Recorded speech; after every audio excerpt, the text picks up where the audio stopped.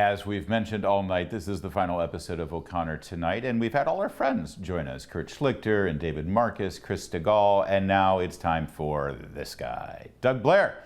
Doug Blair, of course, the producer of this program and frequent on-air personality and fill-in host, yeah. and well, here we are, Doug. It's been a heck of a year. It has been a fun year. It feels very strange to say that it's over. We never worked together until this show. We knew each other. We were friends and acquaintances, but this was our first time working together. This was our first official capacity working together. I mean, and you couldn't wear a tie on the last night. You know, it's really not my vibe. You know, I was talking about this with Seb Gorka the other day, where like it's about vibe-based politics with my generation. So I didn't really want to mess up the vibe for the last show. Don't drop Seb Gorka's name. Who are you trying to impress? Salem News Channel. I understand. Well, in fact, funny you should say that, but we should let everybody know that Monday night.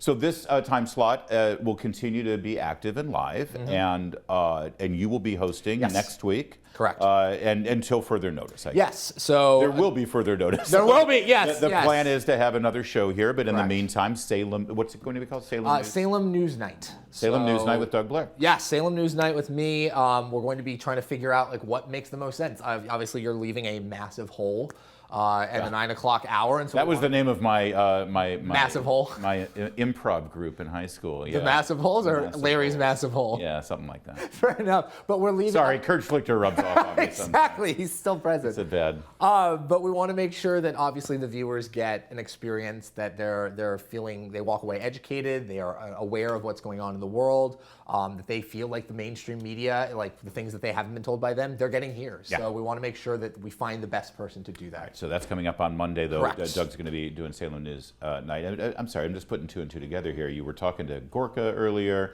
I'm gone. You start Monday. Is this something about all about Eve situation here? He's figured it out, guys. Yeah, we need to. Well, listen, Doug, this has been great. Honestly, I have loved this show. I've loved this experience. I've loved working with you. And I thought we would take a quick minute to sort of reflect and let everybody know exactly what the last year looked like. So if you don't mind, guys, roll tape.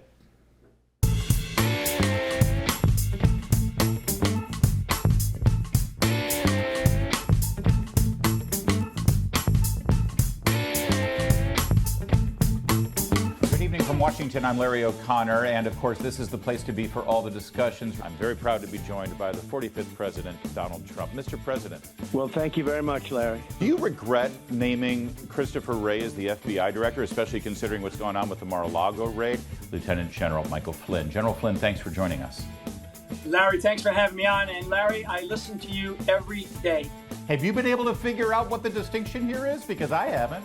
Yes, the distinction comes in the form of a letter that follows the individual's name. If the letter following the individual's name is a D, then they are immune from prosecution. If the letter following the individual's name is an R, then they are a target. I am the official honorary ambassador to the Virginia wine country, duly appointed by the governor, Glenn Youngkin. I was the first and the earliest person to endorse our great governor in the Commonwealth. You interloper that you are, simply swooped in and took my shtick. There's the black vote, and there's the Hispanic vote, and there's the gay vote, and all of this, suggesting that because you might be aligned with that group, that you have to think a certain way. I find that to be incredibly offensive. Yeah, so I find it more than offensive. It just shows how poorly the media class and the intelligentsia sees their fellow human beings. Disney. People wanted to boycott Disney, and I get it, and their heart's in the right place, I suppose. But Disney's really hard to boycott. What do you replace it with? You don't, and that's why I've had so many people say, oh, I'm on vacation at Disney, don't tell anyone. I've been out for drinks with you and Andrew Breitbart back in the day, and cultural Marxism was a big thing he liked to talk about. It's very appealing. You know, it's funny, you know, Marxism, leftism, and fascism are the two great evils that kind of come between the free man.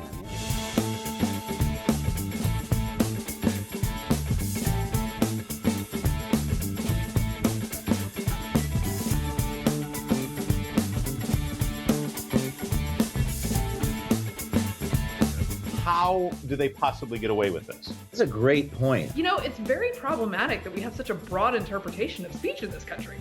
And I've got to think that they're like, well, you know, what are you doing? You can't be a Republican. Yeah.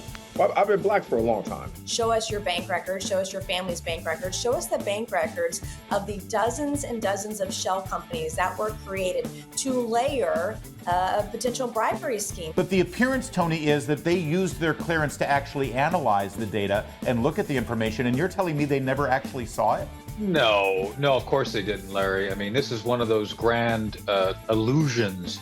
Also, the senator who was in charge of making California a sanctuary state for minor transgender surgery, he made his entire testimony about him. You detail exactly what kind of hell you went through because of that damn Steele dossier. They knew that it was a fraud. They knew it was a lie. They knew you hadn't committed a crime, but they went after you anyway. In my case, a lot. When you saw that video of Nancy Pelosi on January 6th saying she wanted to punch you, what was your reaction to that?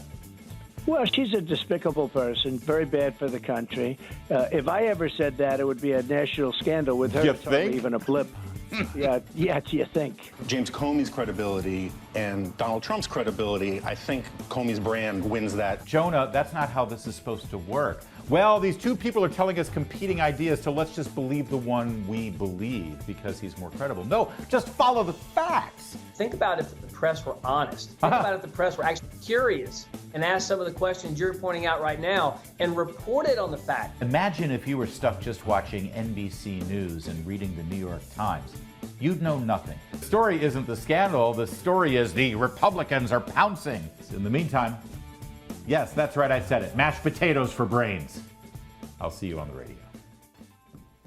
This is a heck of a year. We got a lot done in 1 year. I was about to say, look at that guest list. Well done, Thank you. Mr. Producer. Well, I couldn't do it without an amazing host. So, the host really makes the show, and you made this show very special. That's very sweet of you. We had fun. And I'm glad I switched to wearing the glasses. It looked a lot better. I was reflecting on that as we were looking at those. I was like, wow, God. First month or so, I think I went without glasses. Yeah. And I was having issues with reading the teleprompter Right. here and there. So then I went to the glasses, and then we sort of stopped using the teleprompter. Because you were just so good at it before. Well, our monologues were written out, and we all collaborated on it. And then we just sort of was like, you know what, let's just try doing it like we do on the radio without a teleprompter, and that worked out as well. The show has evolved. But, It did. Yeah, you should be proud. I'm very proud. You should, of course, be proud as well. And I think to all of our viewers, keep it tuned. Larry's got some really great stuff he's going to talk to us a little bit about that. I'll be telling you what's up next for me, and hopefully y'all can come along with it as well.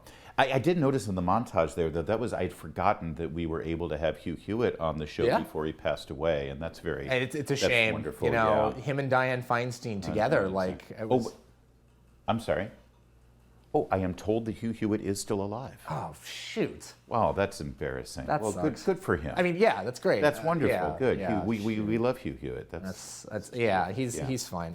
Can I just say one quick thing here, and I want everybody to know, your studio, your office, and where the production room is just on the other side of this wall here.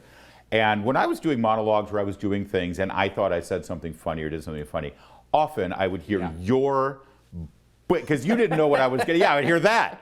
I would hear your booming laugh. Yes. And I could hear it in studio through the wall. And I knew that I had done something well. If I could make you laugh, I knew that I had done Larry, you've given us 1 million laughs, and we're very excited to see what you're going to do in the future to bring us those laughs. Well, we'll tell you that in just a moment. Doug Blair, yes, it's been a pleasure. Thanks for everything Pleasure you did. was mine. Great working with you, and keep it here. What's coming next for me, and hopefully for you, is next.